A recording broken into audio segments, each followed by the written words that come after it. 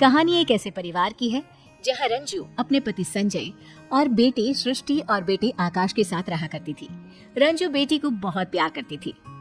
क्या माँ, सारा दिन घर के अंदर ही रहती हो? जरा बाहर निकल कर तो देखो, औरतें कितनी स्मार्ट है। अरे बेटा, मैं बाहर जाऊंगी तो घर का काम कैसे होगा? माँ, घर के काम के लिए नौकरानी रख लो ना। और हाँ, पापा से पैसे लेकर पार्लर में चलते हैं, वहाँ आपका मेकओवर करवाती हूँ। अरे बेटा, लेकिन पैसे क्यों बर्बाद करना?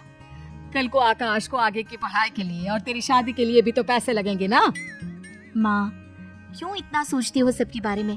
सब अपने लिए जीते हैं, तो तुम क्यों पीछे रहो? अब पापा को ही देखो। क्या देखूं? देखिए, पापा भी तो कहते हैं ना कि तुम ठीक से रहा करो। चलो शॉपिंग करने चलते हैं, मुझे कुछ नहीं सुनना। बेटी माँ को शॉपिंग के लिए ले जाती है, लेकिन ज्यादा सामान खुद के लिए ही खरीद लेती है। फिर एक दिन, पापा, आपको एक बात बतानी थी आकाश के बारे में। वो कल ना गली के आवारा लड़कों के साथ खेल रहा था। मैंने उसे बहुत समझाया कि पापा इतनी मेहनत करते, तुम ऐसा क्यों करते हो?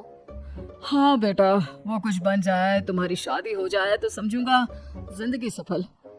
पापा, आपकी तो जिंदगी सफल ही है, और भाई की भी। शहर के सबसे महंगे एरिया में आपका घर है, जो बाद में भाई का हो जाएगा। आपको क्या दिक्कत है पापा? अरे बेटा, घर की ईंट थोड़ी ना खाएंगे, कम से कम बेटा कुछ कमाने लायक तो बन जाए। एक रोज, माँ, पिताजी, मैं आप लोगों को किसी से मिलवाने लाई हूँ। ये मयंक है, मैं इससे शादी करना चाहती हूँ। पर पापा, ये ना अभी सेटल नहीं है। सृष्टि, अभी कैसे तुम्हारी शादी करवा दे? अभी तो तुम्हारी पढ़ाई खत्म हुई है, कुछ काम कर लो, करियर बनाओ कुछ। देखो, मैं ऐसे शादी नहीं करवा सकता। कोई भी शादी के लिए नहीं मानता, तो एक दिन सृष्टि मयंक के साथ भाग जाती है, जिसके दुख में उसके पिता की मृत्यु हो जाती है। माँ, संभाल अपने आप को, कुछ खा ले, सारा दिन रोती रहती है। बेटा, तेरे पापा के बिना कैसे रहूंगी? और फिर तू भी तो कोई काम नहीं करता, कैसे चलेगा हम लोगों का घर? अब तू चिंता न कर माँ, मैं कोई ना कोई काम जरूर करूंगा। फिर हम लोगों के पास इतना बड़ा घर है, इसका एक पार्ट हम लोग किराए पर चढ़ा देते हैं। माँ को बेटे की बात जम जाती है और फिर दोनों ठीक से रहने लगते हैं कि एक दिन, माँ देख तो, सृष्टि आई है। सामने सृष्टि खड़ी होती है, उसकी हालत खराब होती है। सुंदर सी दिखने वाली सृष्टि बिल्कुल नौकरानी जैसी लग रही होती है। माँ, मुझे माफ कर दे, मेरे कारण पापा नहीं रहे। माँ पहले तो सृष्टि से बात नहीं करती, लेकिन बेटे के समझाने पर वो उसे गले लगाकर रोने लगती है। तू कहाँ थी और वो मयंक कहाँ है? वो घर पर है, वो कोई काम नहीं करता तो नौकरी भी मैं ही करती हूँ।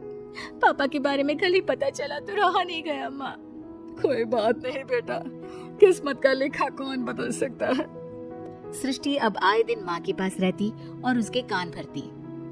क्या माँ, तो भाई की शादी करा देना किसी पैसे वाले घर में। उसको जो दहेज मिलेगा उससे एक और घर खरीद ले।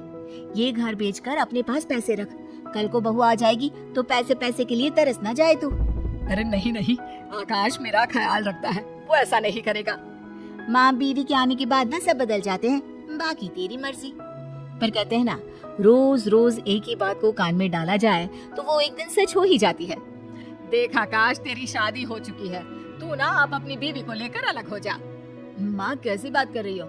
मेरी कमाई इतनी है नहीं कि मैं कोई अच्छा मकान ले सकूं। अरे तो जाकर किसी झोपड़पट्टी में रह ले, लेकिन निकल यहाँ से।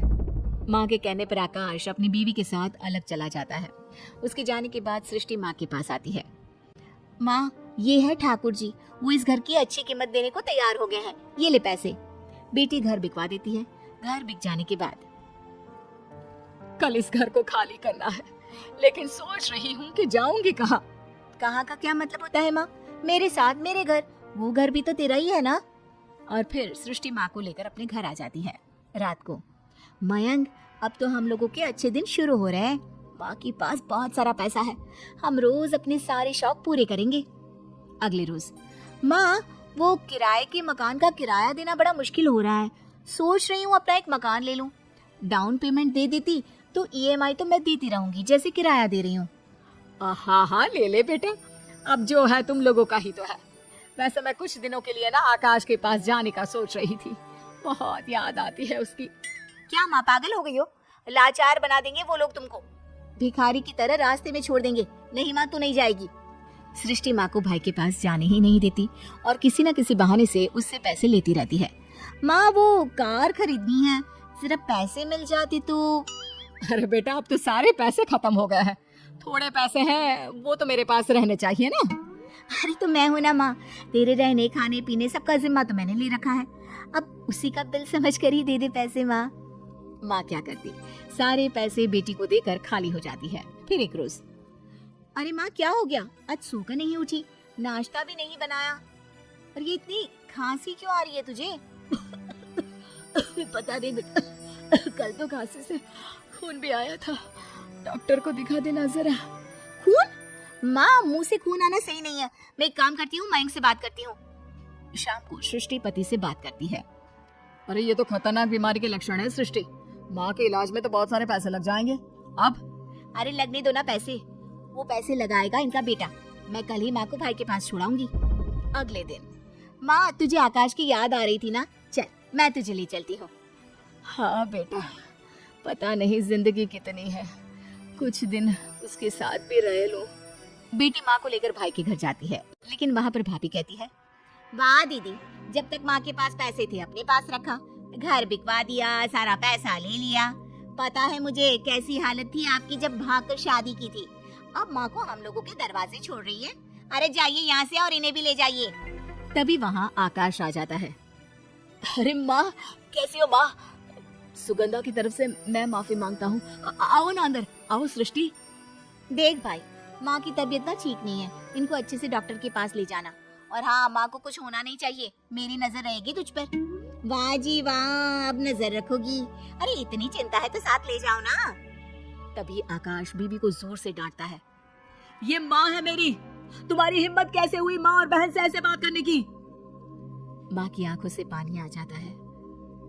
जिस लड़की ने अपने आगे अपने पिता की इज्जत को भी नहीं रखा और चालाकी से अपना मायका खत्म करने की कोशिश की, ऐसी लड़की के कारण मैंने अपना इतना अच्छा बेटा छोड़ा। मुझे माफ कर दे बेटा।